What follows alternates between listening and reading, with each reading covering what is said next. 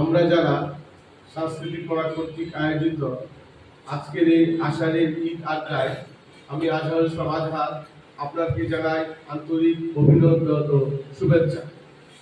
এখন আমাদের মাঝে যাত্রা নাটকের একটি সংলাপ বলবেন যাত্রা শিল্পী বাদল খান। বাদল খানকে বিশেষভাবে অনুরোধ করছি তার একটি পছন্দ নাটকের সংলাপ পরিবেশন করার জন্য।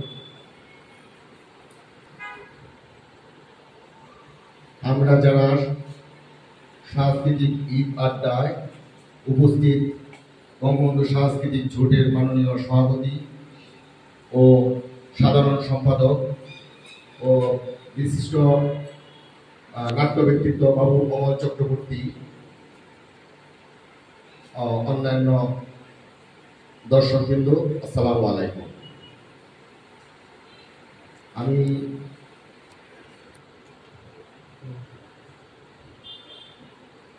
একটা নাটকের ডায়লগ নিয়ে আসছি।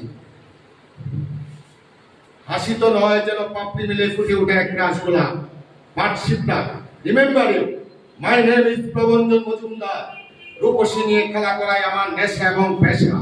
তোমার মতো কত সুন্দরীকে বিউটি কুইন বলে কাছে টেনে নিয়েছি, আবার আমার প্রয়োজন ফুরিয়ে গেলে ফুটবলের মতো কিক মেরে আমার লাইফ গ্রাউন্ডের বাইরে ছুঁড়ে ফেলে দিয়েছি। আমার কাছে সস্তা দামের রঙিন কাচের মতোই তোমাদের মতো রূপসীদের মান।